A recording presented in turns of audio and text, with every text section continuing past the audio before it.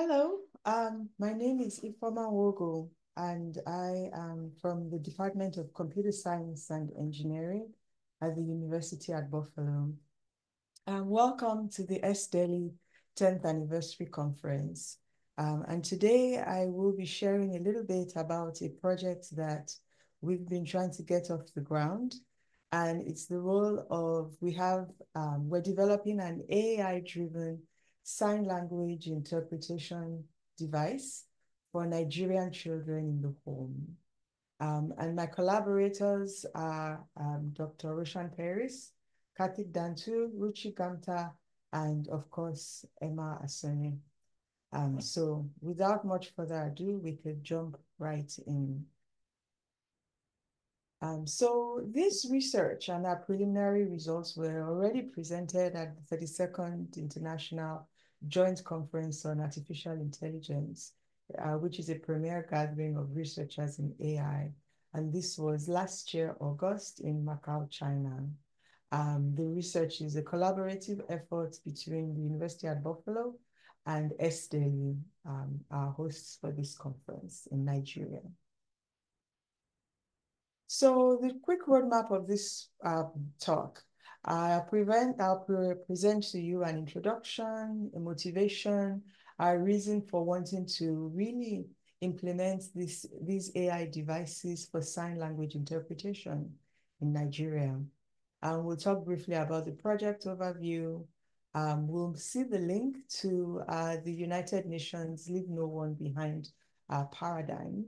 We'll look at the project implementation, the details of some of the details and some of our project management. So we'll jump right in. So as a background, deaf and hard of hearing individuals constitute such a large proportion of the population in Nigeria. We have as many as 22 million Nigerians in an estimated population of 155 to 200 million people suffering from severe to profound hearing loss. And up to 14% of school-age children in Nigeria between the ages of 5 and 14 suffer from such severe hearing loss. These age ranges make up some of the largest population groups in Nigeria. As can be shown on the graph to the right here, we have both male and female. And as you can see, the tail end of the graph, the bottom of the pyramid, shows that a large percentage of Nigerian population are really of school age. And so if we have these issues with hearing loss occurring within this population, this makes them very vulnerable as far as just their literacy, their development, which has long-standing implications for their future. Also, as many as 84% of the deaf population in Nigeria, including these school-age children we're talking about, are significantly undereducated and are economically underdeveloped. So in an extensive study, actually, there were two studies, separate studies, one initiated in 2016 and the other one in 2018, both led by Dr. Emmanuel Asonye, really went into the deaf community in Nigeria to try and collect some data as far as communication and some of the economic challenges that these individuals face. And so one of the biggest findings from their study was the fact that the deaf community within Nigeria, within the Nigerian context, have a lot of very similar socioeconomic and assimilation challenges. So the authors spanned the Nigerian geography, where they went to the north central part of the country, and southeastern regions of the country, which are extremely different in their traditional cultural settings, both religion, traditional languages, the role of women in society, drastically different cultural settings. And so they looked at children from 6 different primary and secondary schools for the deaf. And like I said before, interestingly, the different cultures across different regions were pretty similar within the deaf culture. having similar comparable socioeconomic and assimilation challenges. You had situations where students could be as old as 15 years of age before they started elementary school, significantly older than the age ranges of their hearing peers. Across board, when you looked at grade level, grade for grade, many of the students they found out were much older in the deaf community versus in their hearing peers. I was also observed that about 75% of the students did not have congenital hearing loss, but rather they developed their deafness due to some diseases they contracted in early childhood. And those diseases, being poorly managed, ended up resulting in them becoming deaf. And so what this meant was that many of their parents were not deaf, they were hearing, but they now had deaf children, which made that communication at home even more challenging. For many cultural reasons, Nigerians don't readily embrace the deaf culture. And so it's a very stigmatized society. And you could imagine how this causes a big gap in communication between deaf children and their hearing parents at home. And this is really the population that this study that we're embarking on focuses on. Okay. And so this kind of sets the framework for the rest of the project as we're going to see it and understand what is going on. And so we'll talk briefly about the project, our proposed project overview. So what we're looking to do is to develop an iterative, and when I say iterative, I mean we'll go back and redefine, redevelop, re-implement, but an iterative end-to-end approach to ultimately deploying devices using AI-driven two-way sign language interpretation services for young deaf and hard of hearing students. And I should say here, young signing deaf and hard of hearing students and their families. So this is targeted primarily to students and their families where the students understand sign language. And so we're looking at this study within the Nigerian context so as to foster inclusivity at home among hearing family members and peers. So it's targeted towards the children, their families, their peers, and people they interact with at home to be able to have seamless two-way communication. And so what is the justification for this? See if I can move this a little bit. Okay, so we want to use our AI driven research to automate two-way sign language translation to bridge this gap at home for students and their family members. But from an AI perspective, as you can imagine, sign language translation is extremely challenging. But if we could successfully do this, it would provide signers a way to give and receive information in what is their own natural language. And they wouldn't require their interlocutors to have to learn a new language or to have to do a lot of writing, which can very quickly become cognitively burdensome. Yes, so as a quick anecdote, I used to work at an institution, a technical institution that was very focused on deaf higher education, the Rochester Institute of Technology. I was a professor there for 4 years, and our classes were very mixed. And so we had hearing and signing students in the same classrooms. Which was great because the institute was very well equipped to have interpreters constantly within the classroom settings. But challenges start to happen outside of the classroom settings. And so when I would have what we call our office hours, where students, my door would be open and students can come in and we could discuss questions they have from class, questions regarding homework and projects. I didn't necessarily have an interpreter, and I wasn't very conversant in my sign language. I knew a few signs, but not sufficient enough to teach a very technical course like as found in computer science classes. And so we would start out the communication time writing. And so we would have to write to communicate with each other.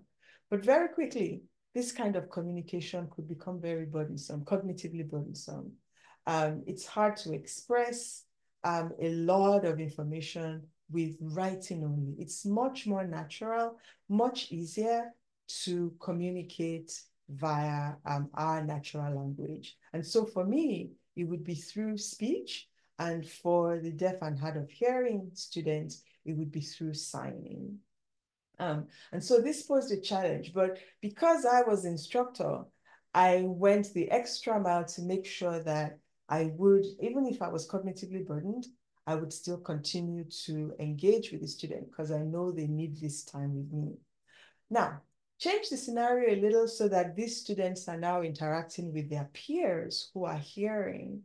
And as many studies have shown, anecdotally, empirically, we've seen that there's so much information that transpires within the educational setting, especially in higher education, within study groups, after class conversations, peer review groups, and such social settings, such informal social settings.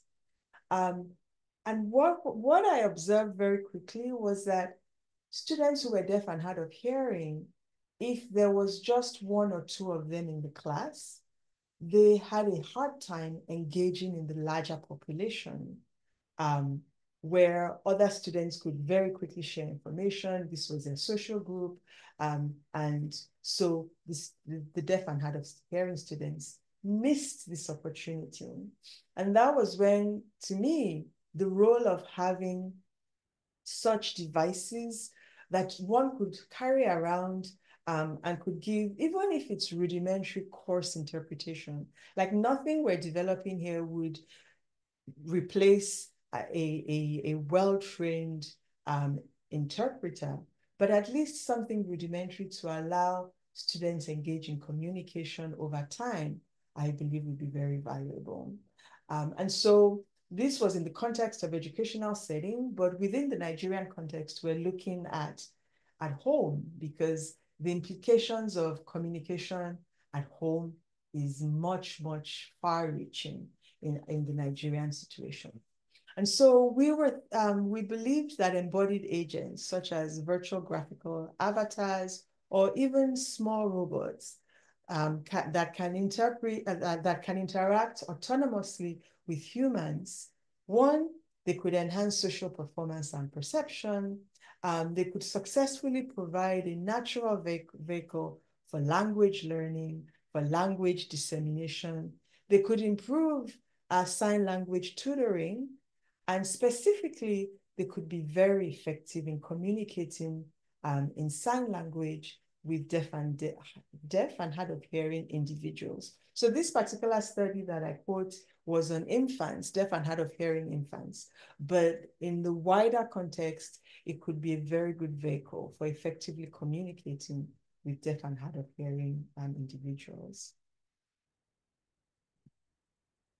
And so now we could take a look at how, on the global scale, this even has the merits of this type of project on the global scale. Um, so, yes. So with the adoption of the 2030 Agenda for Sustainable Development, the United Nations member states pledged to reduce inequality in all its forms through the Sustainable Goal 10 highlighted here, ensuring that no one will be left behind. And so here is a list of, or just a visual of the different sustainable goals put forward by the United Nations member states. And this type of project targets multiple goals within the SDG. One of them is no poverty. As we saw in a place like Nigeria, deafness has implications. Not all deaf people in Nigeria are prone to poverty, of course not, but there's not a much higher likelihood of deafness resulting in poverty, especially when the deaf child is already in a mildly undereducated environment. It's kind of hard to break out of that poverty cycle. Similarly, good health and well-being could be compromised in an environment where the children are, um, are deaf, whereas the parents are hearing. As we mentioned before, the nature of this stigmatization causes emotional burdens on the children. And so even good mental health could be compromised in such a situation. Quality education, it's been shown that the earlier a child begins their educational process, the more they develop, they develop their brains, they develop their ability to learn even later on in life, to continue to learn later in life.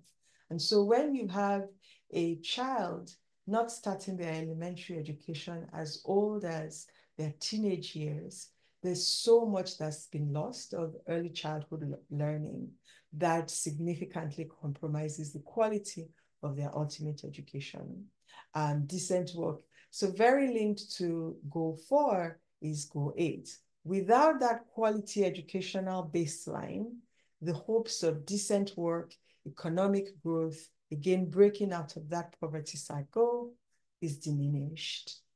This eventually results in inequalities. And so one of the main focuses of the SDGs is the leave no one behind, which in turn leads to reduced inequalities. So even at the global level, a project such as this has very strong merits and motivation.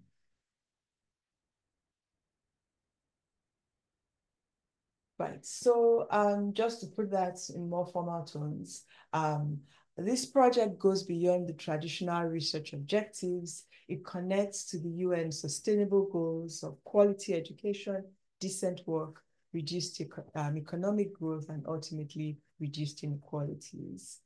Improving language accessibility and by providing communication tools for DHH students in their home settings ensures the inclusivity, equitable social interactions. It promotes lifelong learning opportunities for them outside of their school environment. Also, it has the potential to create increased opportunities for a full, productive future employment for these DHH children, thus resulting in reduced inequalities.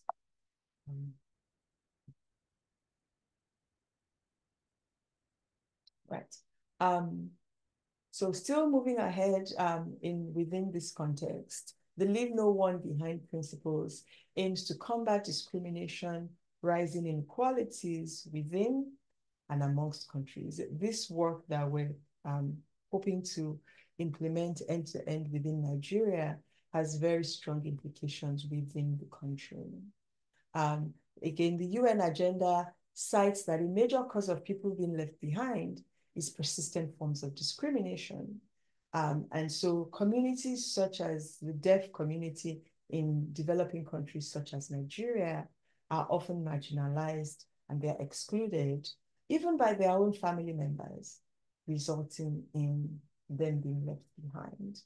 Providing easier methods of communication between DHH students and their caring families and peers can potentially reduce this discrimination, their exclusion, and the unconscious biases that result. And a lot of this, we hypothesize, is linked to the poor communication between the students, their parents, and their peers. Potentially, this can foster acceptance within the community. It can diminish the vulnerabilities that leave these DHH children behind and undermine their individual future potentials. And so now we could talk briefly about the project implementation. So we have really three thrusts in the AI-driven component of the device that we propose. So one is a user-centered interface device, user-centered interface design. The second one is a neural translation agent, and this is really the core of the device. And the third component is a field evaluation study. So the project will be implemented across two study areas. One is, of course, the US, and the other would be in Nigeria, where the device will be deployed to parents and their family members. And the goal is to be able to enhance communication, again, between students and their peers and family members at home. Talking about the user-centered interface design, this component of the research will include iterative co-design sessions. And like I mentioned earlier, iterative implies that we would first have a design. Our design participants would give us their feedback, they would give us their input. We'll develop something, we'll develop a first phase or a first version of the device, of the avatars, of how they behave. And then redeploy this into the field, design, have another design session with our participants. They would give us new feedback. Now that they've seen something implemented, they can interact with it, give us new feedback, which we would take back into the field, improve the design, and continue to iterate on this design until we get a product that is very, that's effective, it's useful for our DHH students and their family members that would be using it. And then not only is this design process iterative, it's also what we call a core design process. Core design implies that we would have various stakeholders, such as the DHH students themselves, their hearing students. So DHH students working in tandem with hearing students on the same kind of topics. We would have instructors in the educational settings. We would have interpreters, all with the goal of working with this two-way sign language interpreting agent that we would have created. Some of this initial work will be carried out at the Rochester Institute of Technology, along with some of our new partners, because we're trying to grow this regionally. Currently, I reside in Buffalo, and my work here is in Buffalo. And so we want to work with nonprofit agents here in Buffalo. We want to go out into Rochester, and we're also looking at some of our partners across the border in Canada. We're working with an institute in Canada, and we hope that we will be able to bring all of this together as we continue this work. And so this thrust of the project will constantly develop a deliverable, which is the user-centered design, which we could prototype and then continue to present that iteratively to our study participants. The output of our design process will guide the development of the other research products within the project pipeline. As I mentioned earlier, during this design process, there will be iterative testing sessions, which will occur with various subsets of the stakeholders as the product continues to evolve. So previous research has really established the importance of timing and pauses and, gaze direction in the use of animations for sign language delivery among this deaf population. And so in this research, we want to make sure we take this into account. There are three primary research questions that we want to explore, or we are exploring in realizing these naturalistic sign language avatars. So the first one is given a dyadic situation where you have two people, and that's our first scenario, a hearing dyad and a signing only dyad with a third agent. So we have the agent, the ASL or sign language interpreting agent. One of the questions is how readily can we autonomously, can the agent track and follow the intended communicator?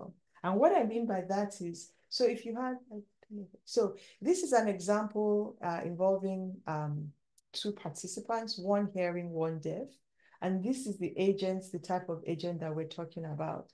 And so how does this agent really puts its focus on the signing dyad, and make sure to interpret voice through speech to the hearing dyad who speaks. The agent hears that and translates that to sign for the signing dyad. And it has to make sure that it always keeps this dyad in its field of view. So it has to constantly track and make sure it has sufficient what we call real estate, the frontal view or near frontal view, to ensure it's capturing that piece of information. And it has to project the generated sound successfully with the right emotion, with the right tenses to the hearing dyad. And so that autonomous detection, tracking, and following the intended communicator is a research question that we seek to explore. Research question 2, how do we ensure end-to-end timeliness of communication in accordance with the accepted signing between humans?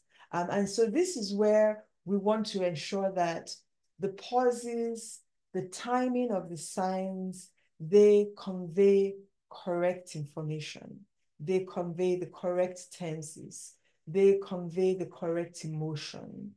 And so that's a challenge as we try to take all of this information from sign language, push it into spoken language, take the information and prosody from spoken language and push that out in sign language, and have this seamless communication between sign and spoken dyads.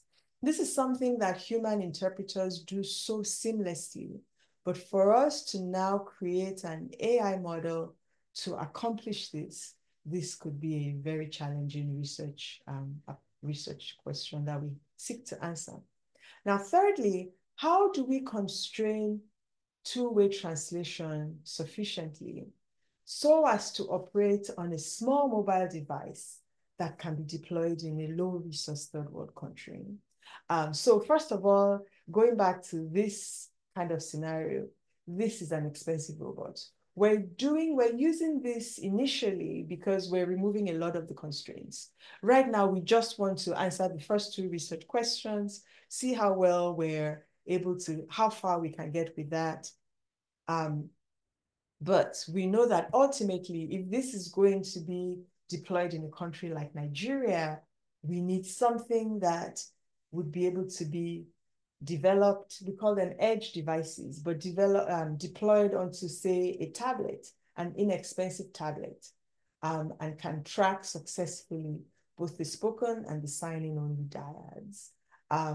Yes, so in this case, we want to make sure that even though we need a lot of information, you need a camera, you need a lot of you need a data storage, because you need to be able to understand every sign phrase, facial expressions, the manual gestures that are being generated. And we want to transcribe this into language, free-flowing language. So we have all of this information. How can we get all of that onto a small mobile device, onto a phone, onto a tablet, and it would still work effectively?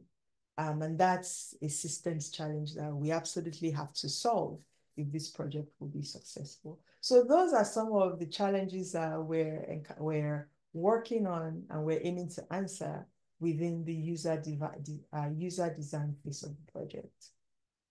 And then the second thrust of the research is our AI-driven machine learning-based language translation. So many of us have used Google. When I go to Nigeria, my mom likes to have Google Yoruba on her phone.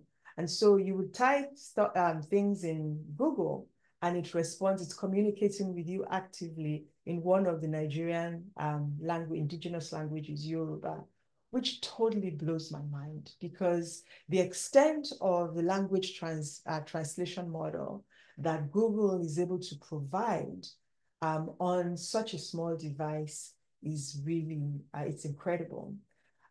Now, we've done enough studies in these language translation technologies to know that the way you would translate one language to another requires a lot of data. We need a lot of data to teach. This is machine learning, to teach our algorithms that given texts and phrases in one language, this is how you need to translate it into a different language. Oftentimes, these are done on written languages. So there's a lot of value in having two types of written language. But as we know, sign language is much more of a visual language, visual temporal language, and its written form is very I would stretch out on and say that its written form is actually incomplete. Sign language is it's so rich. It involves a lot of like facial expressions, body movements, hand gestures, the manual and the non-manuals, even timing of the signs gives you a lot of information about what is being conveyed in the language. And so that challenge of, if we were going to use the models that we're used to learn from English to Yoruba or French to German, they require a lot of adaptation for us to go from English to sign language. And so that's a challenge that we definitely have to overcome. And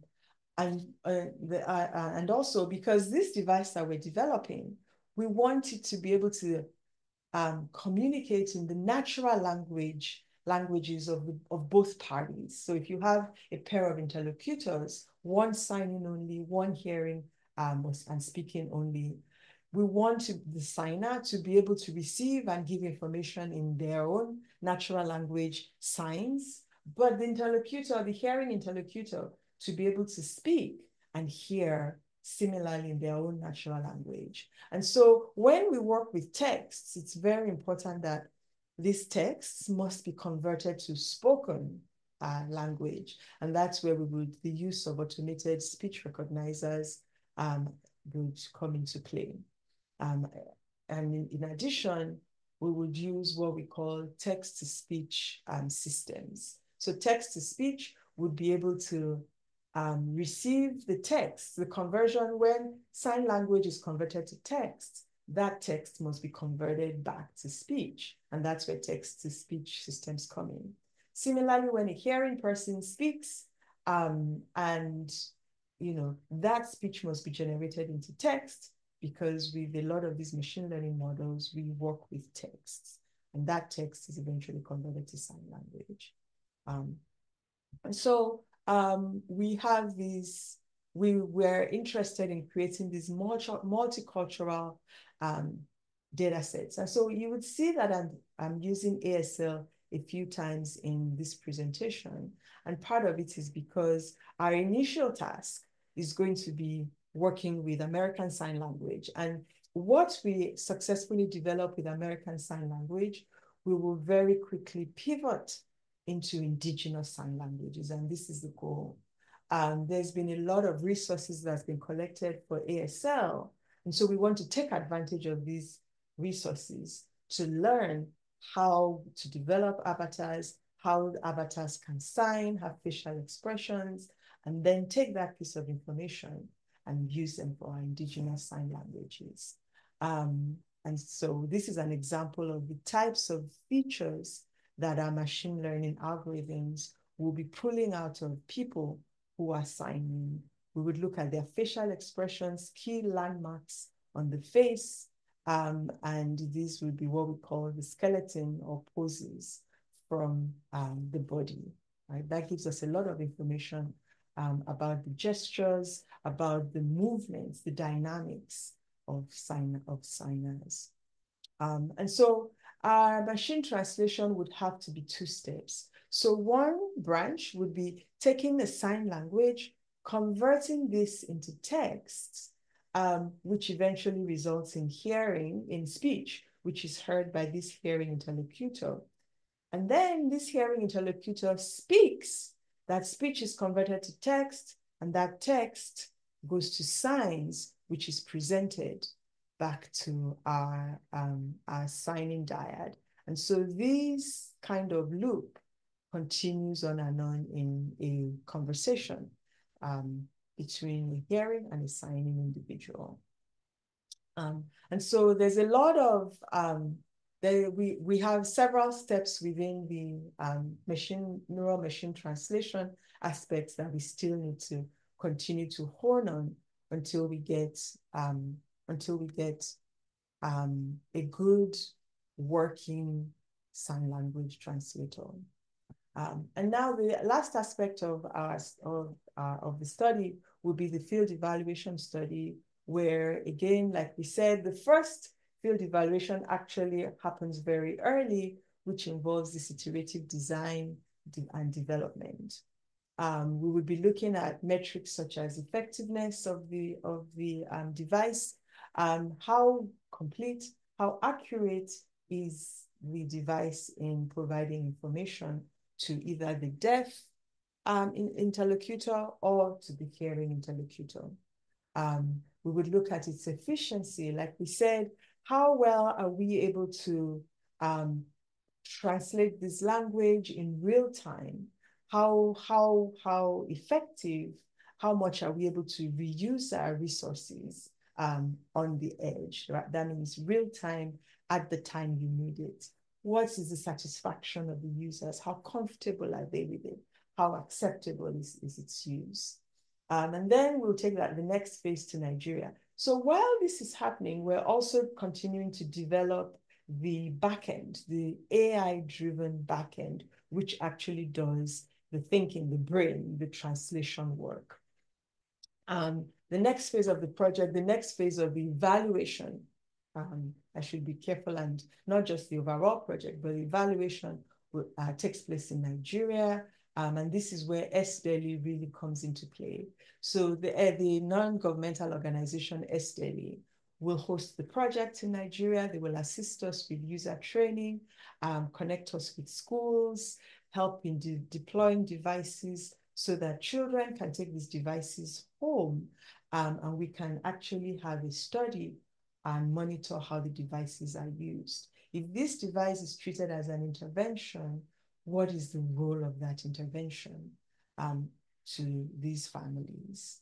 And so we would have surveys, questionnaires, some friendly competitions, on-site interviews to continually measure the quantity and quality of communication that's taking place at home between the DHH students and their parents, given this device. And finally, we'll just take a quick look at project management and our biggest hurdle right now. So Ifeoma Nwogu would be the project lead here. And, my work has involved modeling human behaviors for many years. And so there's a natural extension between modeling those human behaviors and performing what we call computational sign language understanding. So my role will be the overall project, the coordination between the US and the deployment in Nigeria. And my partner in the research, Dr. Emmanuel Asonye, is a field linguist by training. He has specialized in studying and documenting endangered languages around the world, including sign languages, including especially Indigenous sign languages. So he is the CEO of SDELI. He's a host for this conference. He was going to, eventually when we get to the point where we can collect data en masse and do this deployment, SDELI and Dr. Asonye will be imperative to the success of the project. At the beginning, I showed the plethora of research groups. We have many other technical researchers involved in the project. We have some people focusing on human-computing interaction, the designing, the development, the deploying, and I should also say the optimization of the technologies for our target population. We have a robotics partner who eventually, when we're able to take this onto robots, we might be able, or mobile systems, we need to make sure that we're working with energy efficient, resource effective designs. And then we would have other participants engaging with the research, and they would serve as our connections to various deaf and hard of hearing communities. So finally, this is our project timeline. Our timeline shows that if we're starting today, we would go 3 years out. Of course, we're not starting today. So right now, what we found was that the purely academic aspect of the work has been making very good progress. So there's a way I can move this so that I can show this better. So the coding here shows the different activities. We have the activities occurring here in the US. And I really should replace this with the US because it's not just at RIT. Like I said, we have collaborators now, even stretching up to across the border in Canada. We have local agencies here in Nigeria, deaf communities here in, I beg your pardon, in Buffalo, that we're working with. So these are the activities that would happen.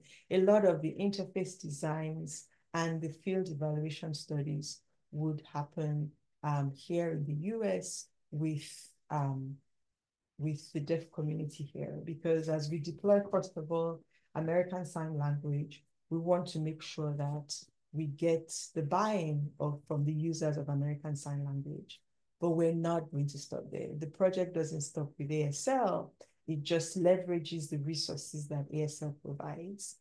And so we have activities occurring in UB, which we've been able to successfully move ahead with.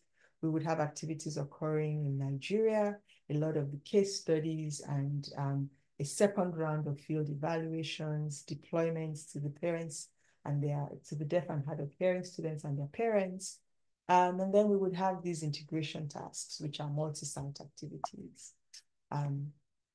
So where are we now? And this is the challenge. So we began with the connections in Nigeria. We began collecting data with SDELI, but we've had to stall the deployment of the funding till now because of funding. So we costed the project to be about $500,000 between travels, hiring participants, engaging researchers, engaging AI developers, building the tool, even paying our SDELI hosts and the SDELI staff that will be working with us, security.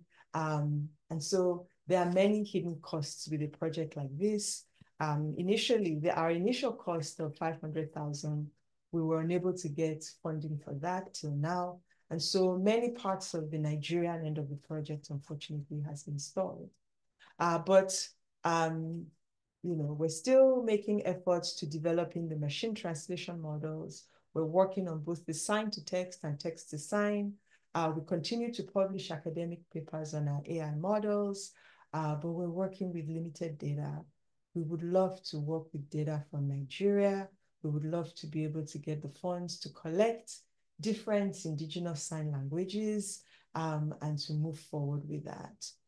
But we will see. We will go as far as we can with ASL, and yes, and when we get the opportunity, we'll be able to hopefully make that conversion.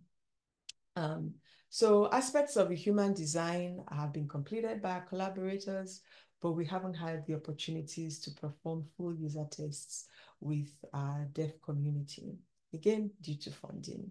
So we're currently very actively seeking various sources of research funding. We won't stop because I personally, and I know Dr. Asani also does, we're very passionate about this project. We're very interested in making this work. And yes, so we've shared our vision with you. And please email any questions you have to us, and we'll try to address them as best as possible. So thank you so much for your time. These are some of our references. This presentation, the paper that corresponds to it can be found at the ICHCAI proceedings from 2023. And thank you so much for your time.